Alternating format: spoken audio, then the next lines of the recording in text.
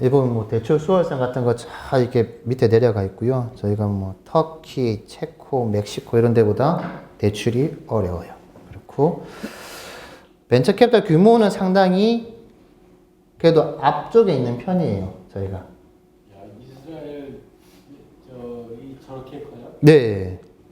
그러니까 이스라엘은 아예 좀 거기는 보면 약간 생태가 어떻게 되냐면 국방 산업 쪽에 있는 사람들의 기술들을 되게 커머셜라이즈 하는 게 되게 많아요. 그게 아예 국가적으로 좀 뭐 이런 것도 좀 있고 이래가지고 또 거기서 좀 약간 그런 건 있어요. 이게 전 세계 이제 이런 유대인 네트워크들이 이게 예를 들면 A라는 회사가 M&A를 하는데 얘는 유대인 회사가 아니고 이렇게 하면 우리 이스라엘 회사 이렇게 M&A 해줘 이렇게 몇 번 이렇게 딱 되니까 그런 에코시스템이 좀 많이 이렇게 되어 있는 편이고요.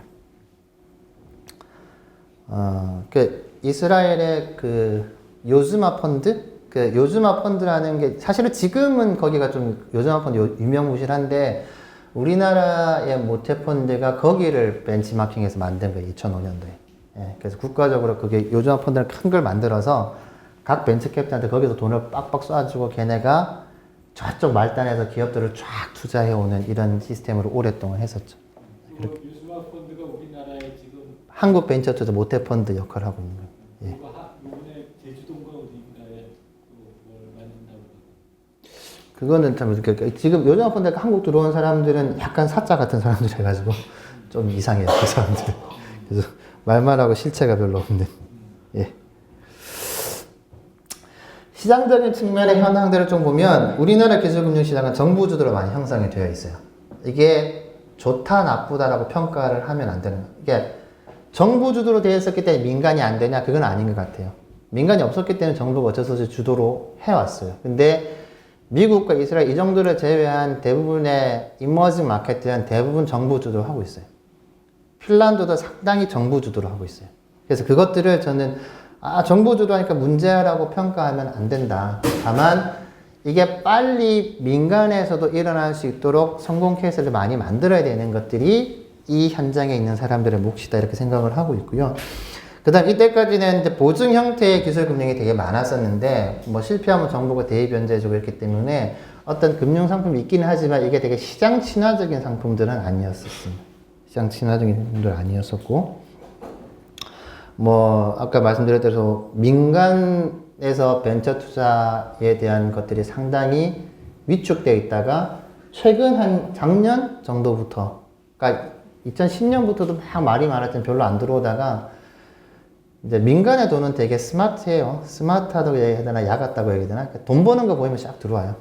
이제 작년부터 뭐 수익이 뻥뻥 나는 게 나오고 이렇게 하니까 어라? 이러면서 지금 또 뭐 작년 말 올 초부터는 좀 많이 들어오는 편이에요. 생각보다. 저래도 되나 싶을 정도로 뭐 이렇게 하고 있습니다. 이거는 그냥 보시면 될 것 같고요. 저희 뭐 추이들도 표를 보시면 될 것 같고 저 표 보면 저희 빨간 게 초기 기업 투자하는 거예요.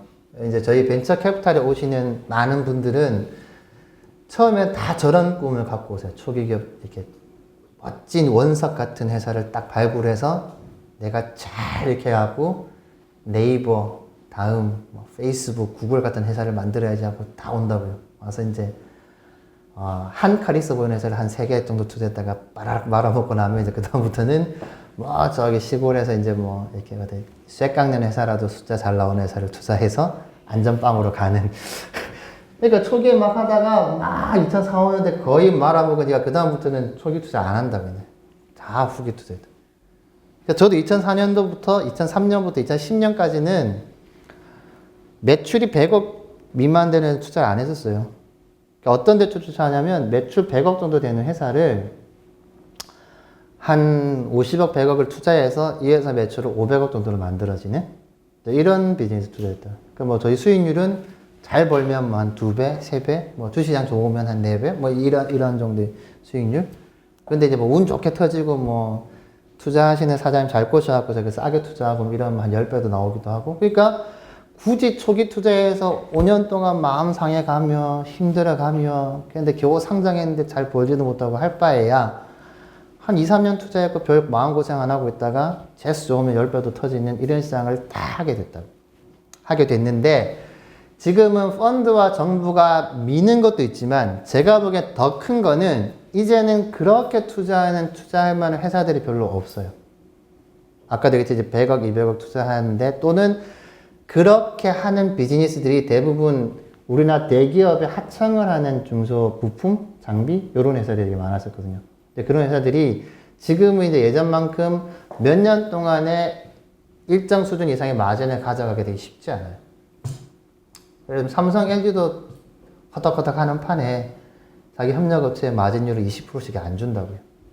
현대중공업, 뭐 삼성중공업 이런 데 자기들이 오늘 내일 하지 않습니까? 자기들 적자가 뭐 2조, 3조인데 예전에 조선 기자재 회사들 보면 시골에서 쇠 깎는 회사인데 영업이익률이 25% 나왔어요. 네. 굴삭기 이런 베어링 하는 회사 같은 경우는 막 매출 600억에 이익 100억, 막 150억 이렇게 나왔었다고요.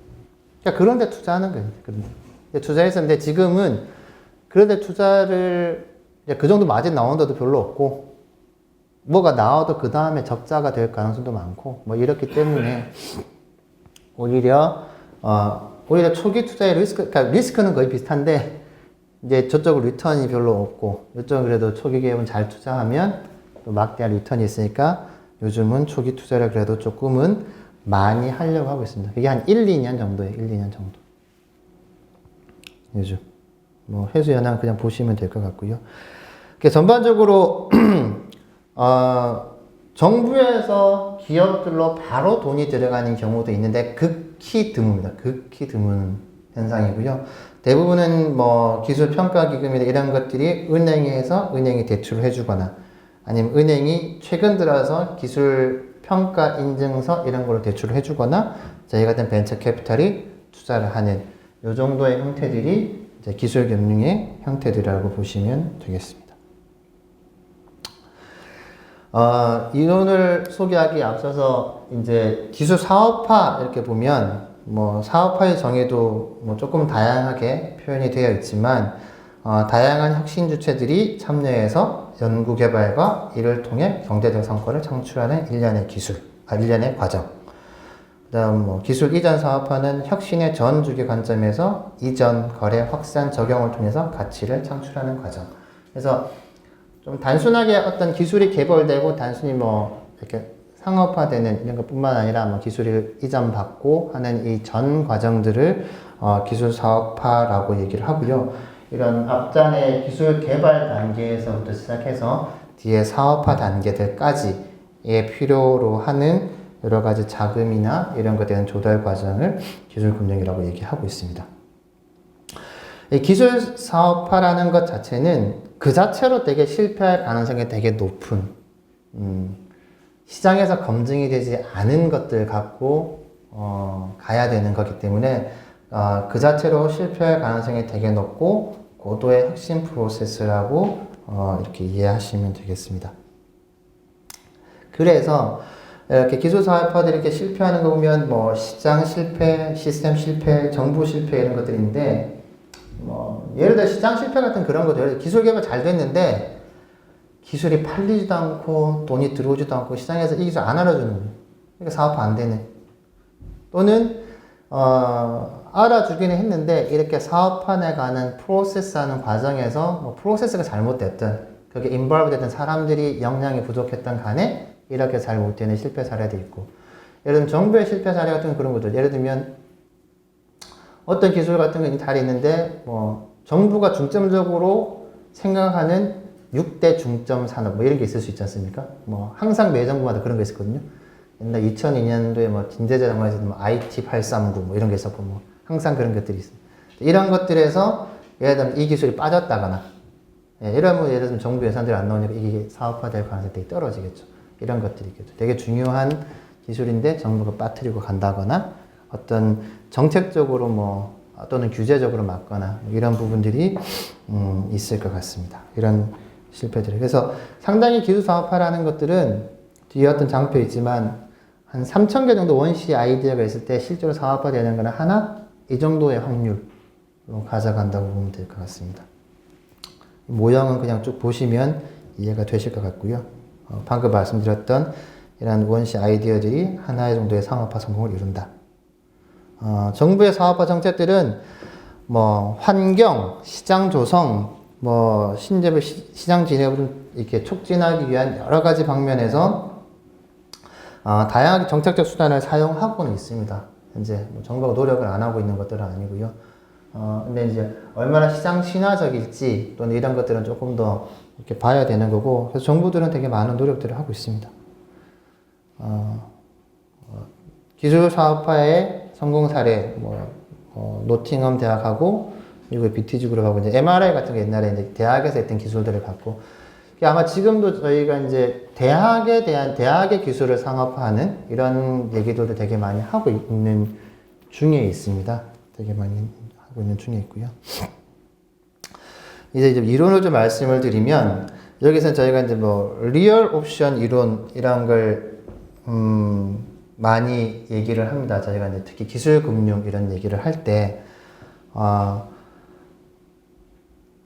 과거에 보면 미래에 대한 불확실성, 이런 뭐 변동성, 이런 것들은 기존에 우리가 전통적인 개념에서는 다 이렇게 리젝을 해야 되는 사유였습니다. 투자나 이런 자금 조달 관점에서 보면. 근데, 여기는 어차피 시장과 이런 거는 끊임없이 역동적으로 변하고, 새로운 기술 분야는 불확실할 수밖에 없고, 이런 이익들은 이런 여러 가지 상황의 실질적인 옵션 속에서 이 기회나 이윤에 창출하는 구조가 있다는 전제의 이론이고, 예를 들면, 좀 이해하기 쉽게 설명하면 그런 거죠. 우리한테 4개 정도의 대안이 있어요. 예를 들어서. A, B, C, D. 이렇게 4개의 대안인데, 과거에는 A에 대한 검토하고, B에 대한 검토하고, C, D 검토해가지고, 오케이. A가 제일 수익률이 높네. 또는 실패 확률이 적네. 이라면, B, C, D 딱 폐기하고 A 딱 해갖고 쭉 갔다고요. 그게 이때까지 우리가 해왔던 방식이었다면, 지금은, A, B, C, D 단계들이, 그러니까 4가지 대안들이 있으면, 초기에 A, B, C, D의 스타팅을 다 하는 겁니다. 이렇게 해가다가, 이렇게 중간중간 보다가, 요거 아니다, 이러면 이거 걷어내고, 이렇게 하는. 어디서 되게 많이 쓰냐면, 제약회사에서 되게 많이 써요. 제약회사 같은 데서 여러 가지 후보 물질들을 쭉 돌리고, 옛날에는 이것들 중에 제일 가능성이 높은 데다가 쫙 몰빵해서 쫙 실험을 진행했었거든요. 근데 지금은 여러 가지 후보 물질 중에 초기 단계부터 이렇게 하다가, 그러니까 A라는 단계를 통과하려면 이 정도의 데이터가 나와야 되는 것도 있을 수 있잖아요. 딱 했는데 안 나오면 걔들 쭉 빼고, 그 다음 남은 재원들은 나머지 것들을 투입해서 다시 2번째 단계를 가고, 그 단계에서 뭐 잘 안 나오면 다시 빼고, 이런 식의 것들을 많이 진행을 하고 있습니다. 네.